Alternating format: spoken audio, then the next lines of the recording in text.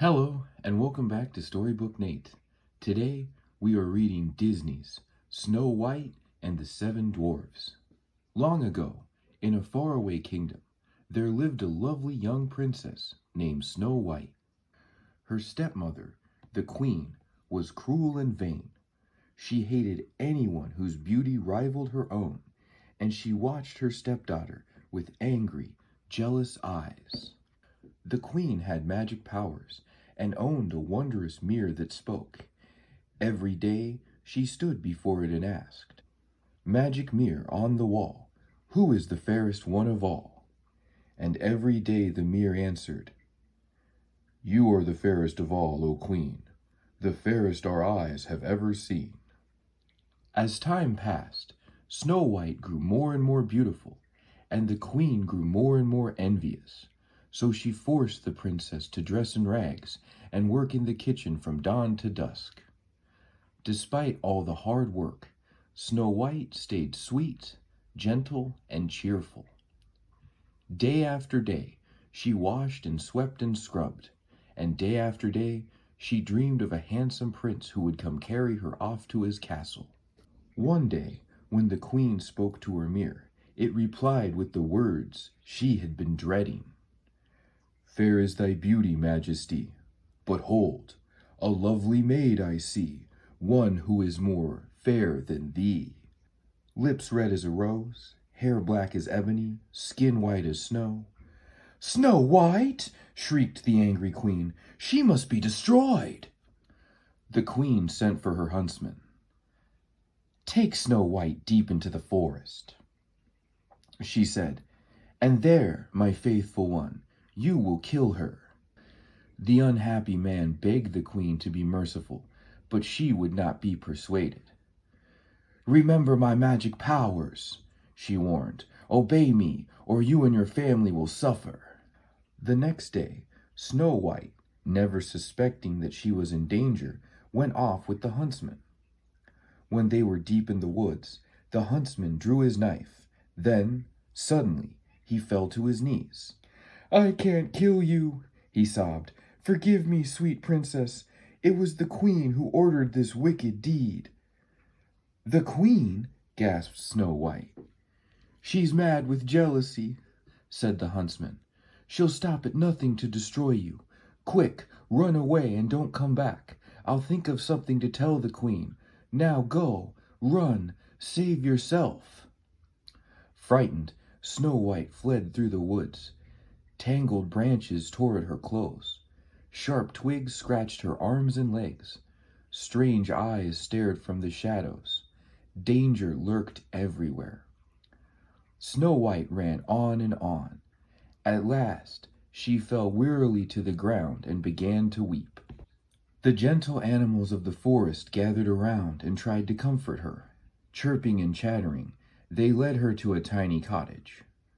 "Oh," said Snow White, "how sweet! It's just like a doll's house." But inside, the tiny furniture was all dusty, and the sink was filled with dirty dishes. "Let's tidy everything up," said Snow White. "Maybe the children who live here will let me stay and take care of them." The animals all helped, and soon the place was spick and span. Meanwhile, the seven dwarves who lived in the cottage were starting home from the mine where they worked. On their way they sang, hi ho, it's home from work we go." The dwarves were amazed to find their house so neat and clean. They were even more amazed when they tiptoed upstairs and saw Snow White. Snow White woke up with a start. "Why, you're not children," she said when she saw the dwarves. "You're little men." The dwarves gathered around her. "I read your name on the beds," said Snow White. "Let me guess who you are. You must be dark, and you must be bashful, and then there's sneezy, and sleepy, and happy, and dopey, and you must be grumpy." When Snow White told the dwarfs of the queen's plan to kill her, they decided that she should stay with them. "We're asking for trouble," huffed Grumpy. "But we can't let her be caught by that wicked queen," said Doc. The others all agreed.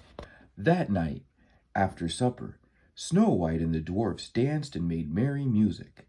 Bashful played the concerta, Happy tapped on the drums, Sleepy tooted the horn, Grumpy pumped the organ. Doc and Sneezy played string instruments.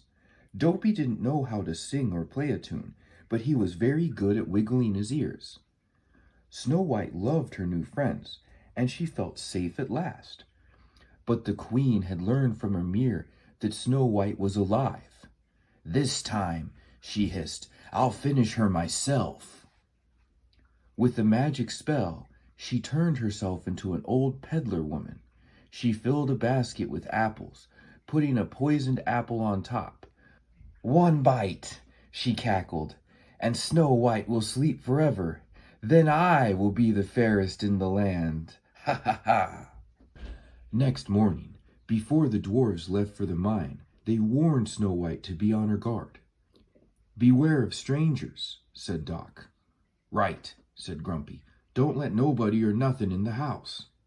"Oh, Grumpy," said Snow White, "you do care. I'll be careful, I promise." She kissed him and the others goodbye, and the dwarves went cheerfully off to work. A few minutes later, the queen came to the kitchen window.